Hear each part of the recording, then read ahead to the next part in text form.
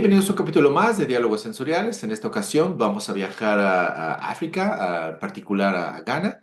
Vamos a platicar con una profesora directamente de Ghana que nos va a compartir su historia sensorial y démosle la bienvenida a la profesora Maame Blay.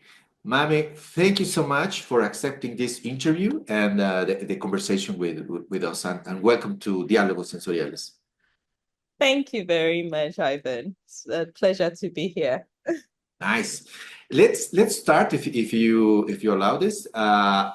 Please tell us why and how did you arrive into the sensory field?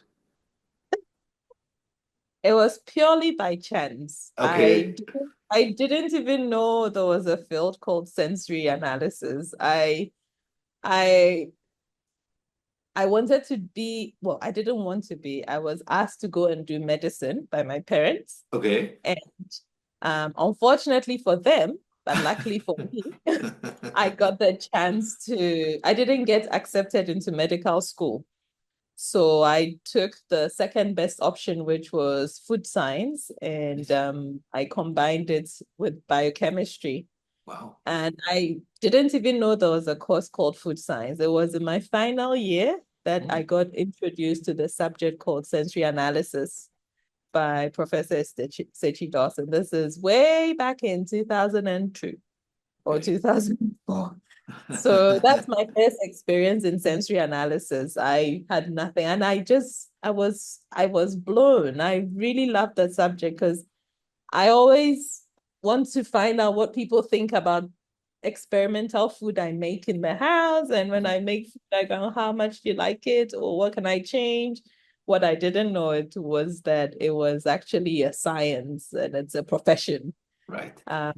Yeah, so that's how I got into sensory. But my first job in sensory was at Leatherhead, Okay. food research in the UK, because my supervisor, when I did my master, said, I won't keep you in Scotland. You should go to industry to work. So go to Leatherhead. And I found out that was a job. So that's how sensory. Wow. And do you remember that time when you realized that sensory was the field you want to work? Um, when I think it was when I went to Leatherhead, it was the defining moment for me Okay. because I was like I just love this field. I just fell in love. Absolutely unapologetically fell in love with the field. It and was and really an eye-opener. right, and you arrived by chance. That's interesting because many people arrive into this field by chance. It's Yes, because it's not known. I mean, well, now it's a bit better, but right. before there was very little knowledge about it. Very little. And do you have people besides your professor who inspire you to work more in the sensory field? Like, okay, I have this group of people, or I want to work with those professors to make research, something like that.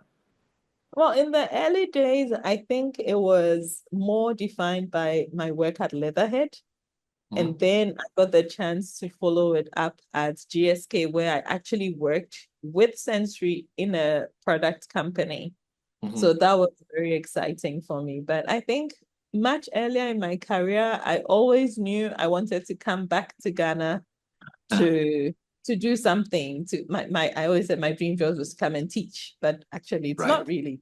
It's more to work in the food industry and be part of the food industry, but more on the knowledge side. So yes, it's really my aspiration. And I think I was fortunate in the early days. I got exposed to the only textbook at the time, or the newest at the time was the Principles of Sensory oh, Evaluation nice, uh-huh. by Harry Lawless and Hildegard Heyman, and they Nice. inspired me a lot. The book was really nice. And I was even more privileged that I had Hildegard on my research panel Right. for my PhD. So that was really exciting as well. She's a really nice person. Yes, yes, yes. Yes, and I got the chance to see her lab and I was blown. But I worked in a really nice lab in Australia Uh-huh. with supervisor, Anthony Saliba. He's Okay. a psychologist, and he was really interested in my sensory background. But at the Mhm. time, I didn't think I had much experience because I was looking into more like the doyens of sensory. Wow. But he was impressed with the little I knew. Yes, now the more you learn, the more you realize that there is a lot of information that you can learn. I so Nice. yes, it was nice. Is there like unique challenges that you need to face? Speaking about sensory evaluation, of course, in the Ghanaian context. Um, yes, because here all the food, I mean, so, I think it's not unique to Ghana, but here maybe our biggest challenge is our food industry isn't very well developed. Okay. And so sensory is very low on the list of priorities for most companies. Mhm. It's changing a bit in the last few years, but I think we are still a far way off. That would be. I think our biggest challenge is the industry itself is not very well developed, Mhm. and so there's not a lot of opportunity to use those skills in a very sophisticated industries. If you have small businesses, really you're not worried about these the tests. They're too expensive. It's usually the big companies with R&Ds that will employ sensory scientists, Mhm. Mhm. but it's not very common over here. Okay. And so the other industries which may use sensory scientists probably don't even know that we exist. So that No, so then the Ghanaian food culture influenced your work on the sensory tools you are using. I mean, is there a particular way of doing research, or is the same like I don't know the things you saw in other countries, for instance? yeah. Here I think yes, there's a big influence on the food industry and how it's affecting the tools we use. Mhm. I've noticed that when I first came back, we did a lot more consumer testing. Okay. Every project had to have a consumer test. And a lot of the tools were not very, for lack of a better word, as robust as I had been exposed to. Mhm. And we have issues like the questionnaire, issues about the kind of people included, the number of people included. So I noticed that we had to adapt the methods to fit Mhm. our industry a Mhm. lot. And so we've done a bit of work in that field, trying to see the relevance of skills in the industry, whether the 9-point hedonic scale is good enough to be used in Ghana because we don't describe food on a 9-point scale, how much we Mhm. like it. Um, so this has really impacted. And then I also noticed there's a lot of innovation coming up using indigenous raw materials, which we have no clue about their sensory property. None whatsoever. It's not documented, it's not tested, so it's not studied. And this has also defined a lot of the work we do. So we are doing Mhm. a lot more descriptive work, quality evaluation, and we're developing a lot more quality skills to help us grade and assess the sensory properties of these indigenous foods. Right. Right. Interesting. So, so you have introduced many, let's say, adaptations or reconfiguration of the tools for of the appliance of sensory in Ghana. That's really nice. How difficult is working with the sensory evaluation? How difficult is it working in Ghana? Yes. I don't know where to start from. Um, should I put it on a scale or should I just give you a qualitative evaluation of Qualitative can be, and at the end, you know, that's how consumer research works. Describe um, it and rate it. I think okay. So my training, in Leatherhead was with more the trained panels, you see. Hmm. So Hmm. like very familiar with trained panels, panel management, panel testing, panel performance. So I was very comfortable with that. But then Right. I got thrown into consumer sensory science, where preference mapping became a big deal. Right. So I've had to straddle that consumer sensory path. I used to tell myself I'll never do consumer testing again because it's too messy. Right. And then I finding myself going back because really that's what industry needs. So my area and preference mapping means we do a lot of trained work. In Ghana, the surprising part was I was used to panels with more mature adults and wanted a stable job, something to keep them busy. So they stay. I mean, you can Okay. have panels who stay for 15 years. No. Here, all our panels are young people. The longest you can have a panelist stay is 1 year. Wow. Okay. So that is it. So, and then there's the issue of funding the panel work. You know, panel work is very expensive. Hmm. And keeping a panel, your panel gets more experience and more quality the longer they stay on the panel. Right. But here we have panels leaving almost after every project. So that is a cost which nobody is able to absorb because I can't keep asking clients to pay for me to set up a panel. Correct. And I don't have funding to keep a panel, and the university doesn't fund the panel. Hmm. So it makes it a really challenging situation to work with. And we've had to try and come up with innovative tools around it to make it work. So I think that's really our biggest channel. The dynamics are not the same. Right. I Wow. Yeah, another problem is I mean the problem depends on the country, right? So every country has its own issues. has its own Interesting. challenges. Uh, you said you start like around 2002, 2004 in the sensory field. Do you have like a timeline in the sensory field, speaking about Ghana or in particular in Africa, that you can share with us? Like, okay, How sensory sensory started. has evolved, Uh-huh. how it has evolved, yeah. Yes. Um, as a student, I was not aware of it except as a course that I took, which Yeah. I didn't an A, so I really didn't care much about it, but it was a course we had to take. Um, Coming back with the exposure I had been given, Hmm. I think it helped me appreciate the efforts that the people I came to meet had been putting into sensory. Because of course they were doing they were doing sensory analysis, just that we didn't have a laboratory to work in. I remember coming and I was told, oh, there's a laboratory in one of these institutions, research institutions. You need to go and speak to them. So I actually went and I was like, this doesn't look like a sensory laboratory. It's set up all wrong. Okay.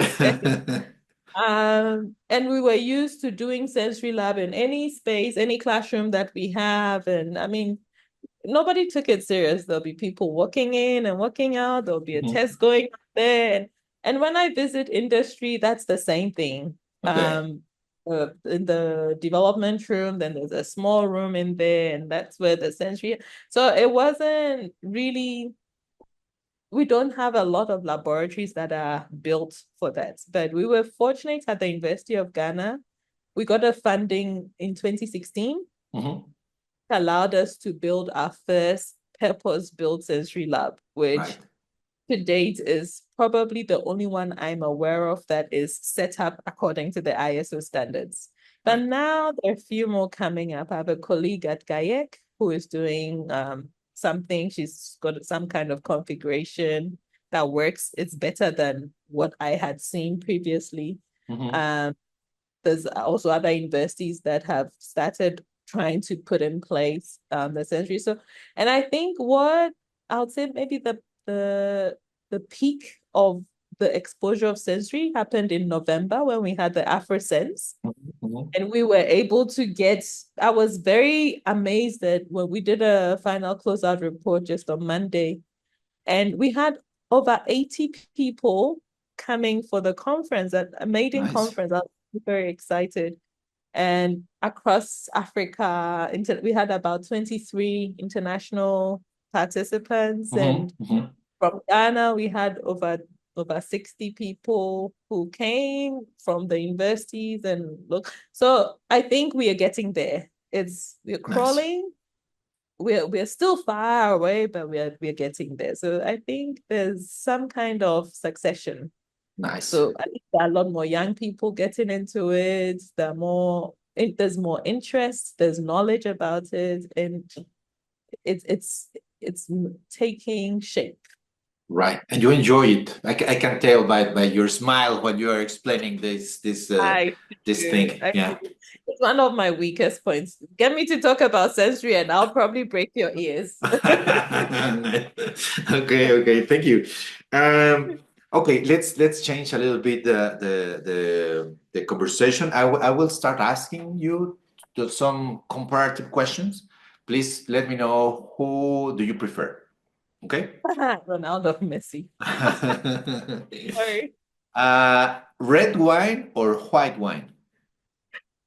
Oh dear. That's a hard one. You know what? I studied wine for my PhD. Oh.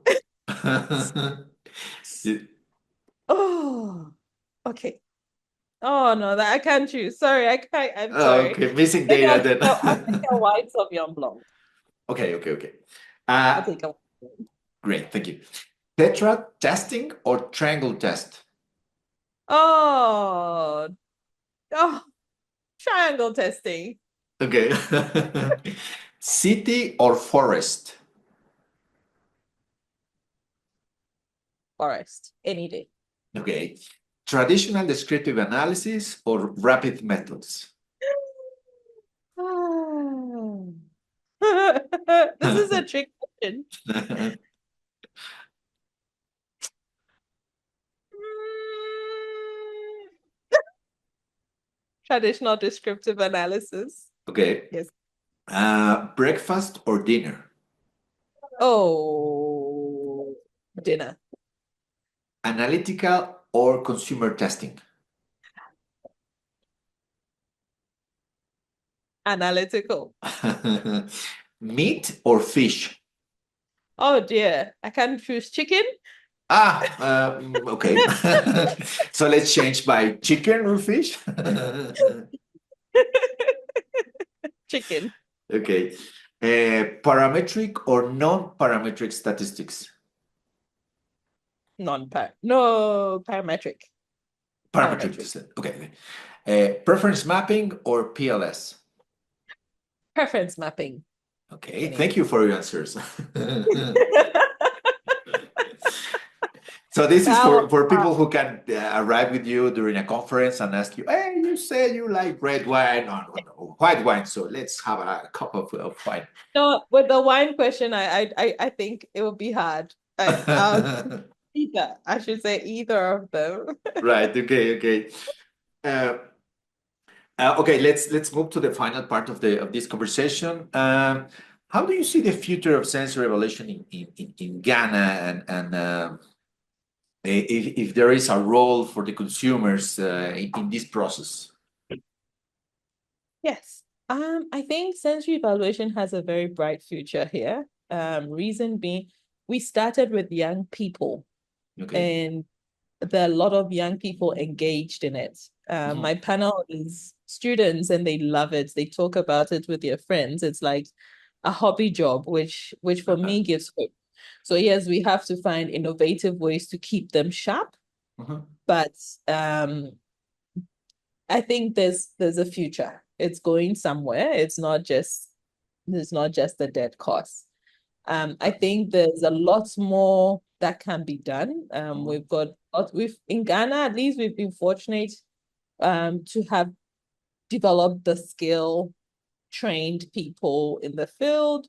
I have at least 3 PhDs working or have worked or starting in sensory, so it's positive. It's Uh-huh. positive. I think we're Nice. going somewhere with sensory.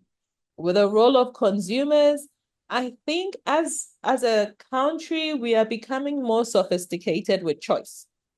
Nice. And as the consumer becomes more sophisticated, then the producer has Mhm. to also find tools that can deal with this sophistication. So the consumer is shaping how products should look like, and that would always give us a good working relationship. Okay. In your opinion, what would be, if there are any, the minimum skills, speaking about methodologies or consumer tools that a sensory scientist requires? Need to be people friendly because you're working with people. Okay. But that's personality. But I think I've always thought about this question that if I had to design a course in sensory science and not food science or some, what would be the subjects or the courses a student needs to take? Yeah, so I think psychology, statistics, physiology Mhm. should be core subjects. Human physiology should be Okay. core subjects. And then added to that, they need to probably know business. They need Uh-huh. to have a sense. They'll need to also have, what else would I say? I think these four would be critical. And then, of course, creativity and computer science or computer, Yes. not science, but maybe computer design. Hmm. Um, but also, I think they'll need in sensory. I said people skills, so people skills. Right. I Nice. think as a fundamental, those four or maybe five should be good. Thank you. Yep. And what recommendation do you have to promote the development of the sensory field in other African countries, for example? Mm. I think what we could do is we should see it as a profession. So if we can create a profession out of it with standardized names for Hmm. different levels of expertise. So Right. maybe a sensory analyst or a sensory technician with definitions of what it is and a progression path. Right. And maybe some kind of certification or qualifications that go with it Hmm. that would make it attractive as a profession. Hmm. But I think the most important thing to promote it is to show our relevance to industry, Right. show that our methodologies actually work, maybe even to regulators that yes, you have standards and regulations for safety, but you should have the same for sensory as well. Right. Right. And you become more relevant and it can be promoted. Hmm. Interesting. Okay. You mentioned one, but do you have a sensory book or paper or poster that you can suggest to the people who is starting in the sensory field? I thought about that. What would be it depends on what the student would be interested in, but a paper that I'm very happy about is considering the relevance of the skill length of Hmm. the 9 point learning skill within a Ghanaian context. And Okay. that paper looks at it's a project we did in 2018, and we published the paper only recently. But I'm very excited about that paper because it shows in real terms how relevant the skill length is considering culture, considering language use, Mhm. um, that we should be using a standard 9 point hedonic skill like we do in our Ghanaian context. So for me, that's a very nice paper. Where can we Yeah. find that poster? It was published it's a paper in Frontiers. Frontiers. Um, Okay. I can send the link to Yes, that please, paper. please. I can put it on the description for the Yes. people who is Okay. interested. Perfect. I'll do. Well, let's finish with this question. Let's say you have a time machine and you can travel just the moment before Mami is going to start sensory evaluation. What can you tell to her? Just before she starts a sensory evaluation or her career in sensory Yes, evaluation. yes. Oof. Um, be excited about food.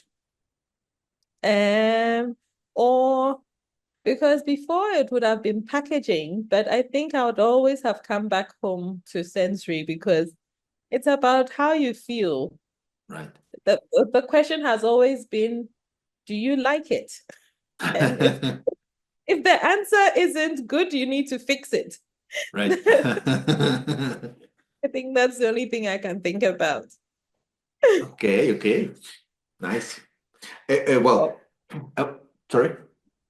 No, I was just thinking, Mommy, before she started sensory, I'll just say study hard. There's so many opportunities out there. And the more you sort of add value to yourself, the Uh-huh. more relevant you are and the more opportunities that are presented to you that you can find yourself anywhere, but you need to improve yourself. Then you can be relevant anywhere you find yourself. Nice, nice advice. Um, okay, well, we'll need to finish this talk. Thank you very much for your time and your desire to share this your history with other our community. And do you have something else that you want to mention to share? Um, I find sensory science an exciting field, and I think that I always call it the experience science. Oh, And okay. it's not restricted to food, and there's so much to do. It permeates our every living. So as many people as are interested should join the bandwagon, and let's just promote it to become a relevant science in our field. Right, right.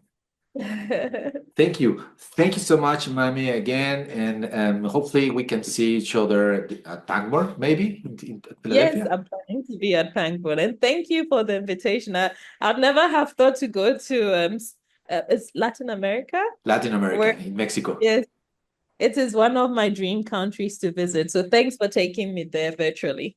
Yeah, no problem. And in maybe you can be here, and if you do that, we can experience a gastronomical tour from my Oh, side if I you would wanted. love that. I would absolutely love that. Thank you. No problem. Thank you so much, and see you then next time. Yes, please. A Sounds ustedes good. muchas gracias por vernos. Nos vemos en la siguiente ocasión. Si les gustó, denle like y compartan. Y si no, simplemente no digan nada. Thank you, Mame. See you next time. Bye bye. Bye bye.